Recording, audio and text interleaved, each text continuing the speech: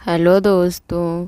आज की इस कहानी का नाम है काश कि तुम लौट जाते। तुम मुझे इस मोड़ पर क्यों मिले, और मिल ही गए थे तो किसी अजनबी सा लौट जाते। फिर मेरी जिंदगी में आने का अर्थ क्या है? काश कि तुम लौट जाते। तुम कैसे समझोगे कि यह मेरी लव मैरिज है, लेकिन बस शादी के 2 साल के भीतर इसमें प्यार छोड़कर सब कुछ है। सच बताओ, तुमने मुझे इतना कैसे पढ़ लिया? तुम मेरे भीतर इतना क्यों उतर गए? पहले मैंने सोचा था कि तुम मुझे प्यार नहीं करोगे। तुम जानते हो मैं शादीशुदा हूँ और हमारे प्यार का कोई भविष्य नहीं है। और तुम भी तो अपनी जिंदगी में शादी के बाद ढेर सारे कॉम्प्लीमेंट से बंधे थे। घर, परिवार, बच्चे, नौकरी सब छोड़ सकते हो। सामाजिक मर्यादा भी तो नहीं छोड़ सकते हम अपनी ज़िंदगी में। फिर तुम्हारे करीब आना, मेरी तारीफ करना, मुझे समझना। जाने दो, प्रेम में न्याय अन्याय नहीं होता। शुरू में मैंने सोचा आम मर्दों की तरह तुम भी मेरे हुस्न के सौदाई होगे। कुछ दिन मेरे पीछे भागोगे। मर्दों को क्या चाहिए हम जानते हैं, मगर एक सभ्य इंसान कभी अपनी जुबान से इसे कहता नहीं है।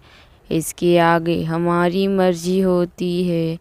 उस प्रेम निवेदन को स्वीकारे या अस्वीकार कर दे, समझ कर भी अनजान बन जाए, बिना कुछ कहे किसी से दूर हो जाए, या फिर किसी को किसी सीमा तक अपनी ज़िंदगी में आने दे।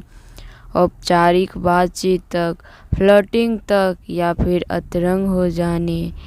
हनुमान, मैंने किसी को अपनी भीतर इस हद तक आने की इजाज़त नहीं दी जहाँ तक तुम मेरे भीतर समा गए हो। उफ, अब कभी कभी सोचती हूँ कि आखिर ऐसा क्या हुआ और कैसे कि तुम मेरे दिल के भीतर इतना गहरे बैठ गए कि तमाम कोशिश के बाद भी तुम्हें अपने भीतर से निकाल पाना मुश्किल हो गया। ओह, क्या मैं भी तुम्हें प्यार करती हूँ? ऐसा नहीं हो सकता। मगर इसी सवाल का जवाब अपने भीतर ढूंढने मुझे डर लगता है। क्या कहूँ, प्यार शर्तों पर नहीं होता, भला बुरा और नफ़ा नुकसान देखकर नहीं होता। बस प्यार एक नशा है, कब कहाँ किससे और कौन किसी से हो जाए कौन जानता है। तुम जब मेरे करीब आए, तुमने मुझे अजीब सी सिहरन हुई। जिंदगी के अधूरेपन का एहसास मेरे भीतर सांस ले रहा था। हाँ, मैं किसी सच्चे प्यार के लिए तरस रही थी, लेकिन उस शादी में प्यार नहीं बचा था। बस वह शादी मात्र एक निर्वहन बन रही थी। परिवार संभालो, घर देखो, बच्चे को संभालो। वह रोमांस जो शादी से पहले रोमांचित करते, सब खो चुके थे। हमारे बीच बचा था तो बस एक एडजस्टमेंट। तुमने मेरे भीतर छुपी रोमांस की प्यास को कैसे जाना, या मेरी समझ से परे है। मैं तो बस ऑफिस में कभी कभी तुमसे बात करते हुए मुस्कुरा देती थी, एक सामान्य शिष्टाचार की तरह।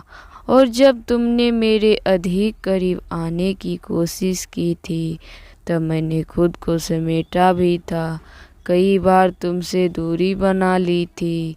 मैंने सोचा था मेरी बेरुखी सी तुम खुद ब खुद मुझसे दूर चले जाओगे। तुम डरे भी कुछ दूर न हुए। चलो कुछ नहीं, जो लिखा होता है वही होता है। आज इस खुली दुनिया में मैं कुछ भी हासिल कर लेना कौन सा मुश्किल काम है। मगर नहीं हुआ जो तुम मुझसे दूर जाकर अपने ही डर से बाहर निकल कर फिर मेरे पास लौट आए, और जिस तरह बिना बोले सिर्फ इशारों में मुझे प्रणय निवेदन कर बैठे, उसने मुझे तोड़ दिया। मैं भीतर ही भीतर अपने अंदर छुपे प्यार को प्यास तड़प उठी, जल उठी। एक शख्स इतना डेयरिंग कैसे हो सकता है, अपनी ज़िंदगी दांव पर लगा दी। वह अपनी पोजीशन, अपना घर बार भूल बैठा। उफ, यदि किसी को सिर्फ फ्लर्टिंग ही करनी होती है तो किसी से भी कर लेता। मन चले लोगों का क्या है, तू नहीं और सही, और नहीं और सही। मगर हुआ तुम्हारा जाकर लौट आना मुझे भीतर तक हिला गया। तुम सब कुछ जान समझ कर भी मेरे ही पास आए, बिना मुँह से बोले या प्यार नहीं तो और क्या है। और इस तरह तुम्हारा मेरे प्रति इतना लगाव कि सब कुछ दांव पर लगा दो, यहाँ तक कि खुद के व्यक्तित्व को भी। ऐसा प्यार मैंने देखा नहीं है, बस किताबों में पढ़ा और सुना है। एहसास को जिंदा कर गया है।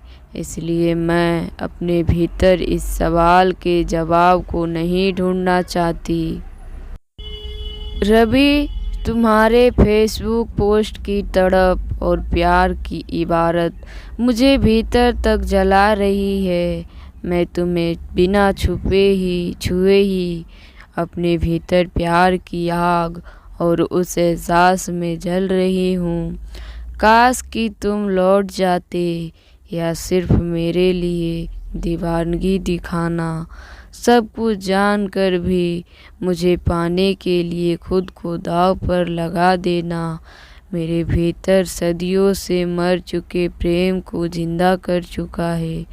प्रेम जिंदा देता है, जिंदगी देती है मौत नहीं। जिंदगी के एहसास को एक बार फिर धड़कने में जीने की तमन्ना उठ गई। हम कभी एक ना हो सके, लेकिन मैं अपने भीतर यह तक नहीं कह पा रही कि तुम मुझसे प्यार नहीं है, प्यार नहीं हुआ है।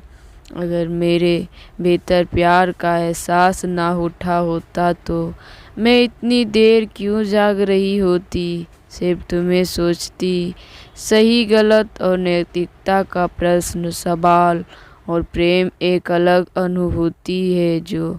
खैर, यह सब लिखकर अब उसने अपनी प्राइवेट पेज पर सेव एज ड्रॉप करने के बाद उसे बस एक लाइन की पोस्ट की। नदी कहीं रुकती नहीं है, वह निरंतर बहती रहती है। इसे लिखकर उसने यह सोचकर रवि को टैग कर दिया था कि शायद इसके बाद उसे नींद आ जाए। धन्यवाद। अगर मेरी कहानी पसंद आए तो मेरे चैनल को सब्सक्राइब कीजिए।